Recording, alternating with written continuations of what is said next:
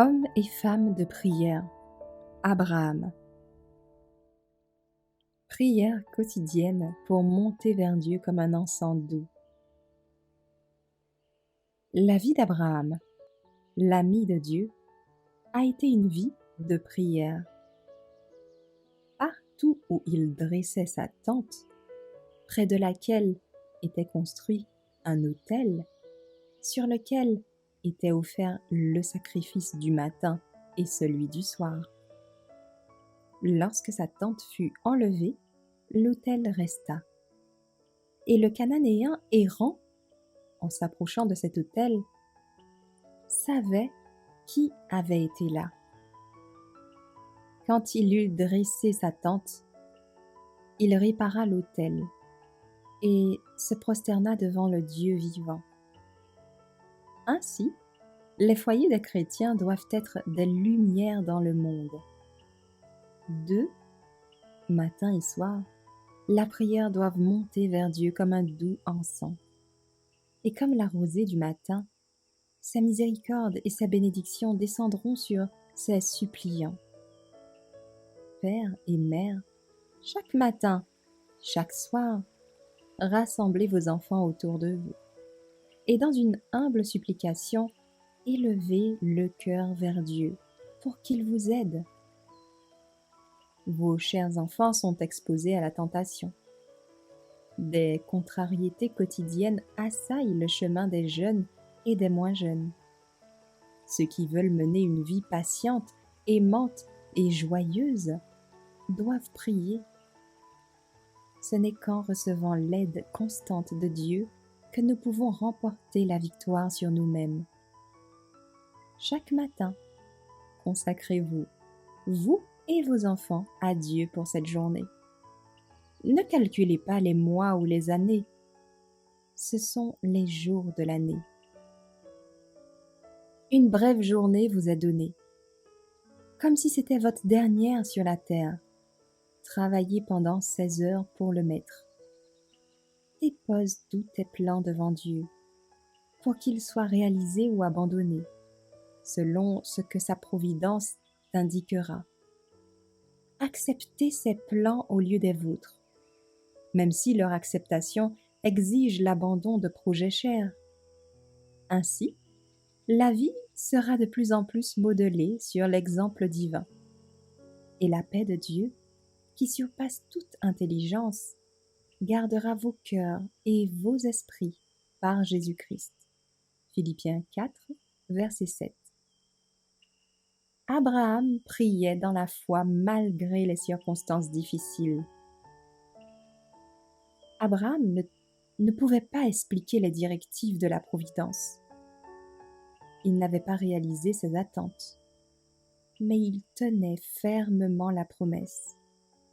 Je te bénirai, je rendrai ton nom grand, et tu seras une bénédiction. Avec une prière sincère, il réfléchissait aux moyens de préserver la vie de son peuple et de ses troupeaux. Mais il ne permettait pas aux circonstances d'ébranler sa foi en la parole de Dieu. Abraham a prié Dieu avec la confiance d'un enfant implorant son Père. 2 messagers célestes se séparèrent, laissant Abraham seul avec celui qu'il savait maintenant être le Fils de Dieu. Et l'homme de foi plaida pour les habitants de Sodome. Autrefois, il les avait sauvés par son épée. Maintenant, il s'efforçait de les sauver, pour les sauver par la prière. Lot et sa femme y habitaient encore, et l'amour désintéressé qui avait poussé Abraham à les sauver, à sauver les Élamites, cherchait maintenant à les sauver. Si telle était la volonté de Dieu, de la tempête du jugement divin. C'est avec une profonde révérence et humilité qu'il a plaidé sa cause. J'ai pris sur moi de parler au Seigneur, moi qui ne suis que poussière et cendre. Il n'y avait pas de confiance en soi, pas de vantardise de sa propre justice. Il n'a pas revendiqué la faveur du Seigneur en raison de son obéissance ou des sacrifices qu'il avait faits en accomplissant la volonté de Dieu. Lui-même, pécheur, il a plaidé en faveur du pécheur. Tous ceux qui s'approchent de Dieu devraient avoir un tel esprit. Pourtant, Abraham a manifesté la confiance d'un enfant, plaidant auprès d'un Père aimé.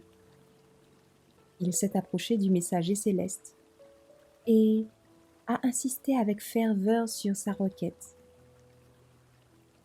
L'amour pour les âmes en perdition a inspiré la prière d'Abraham. Tout en détestant les péchés de cette ville corrompue, il désirait que les pécheurs soient sauvés. Son profond intérêt pour Sodome témoigne de l'inquiétude que nous devons éprouver de la compassion pour les impénitents. Nous devons éprouver de la haine pour le péché, mais de la pitié et de l'amour pour le pécheur.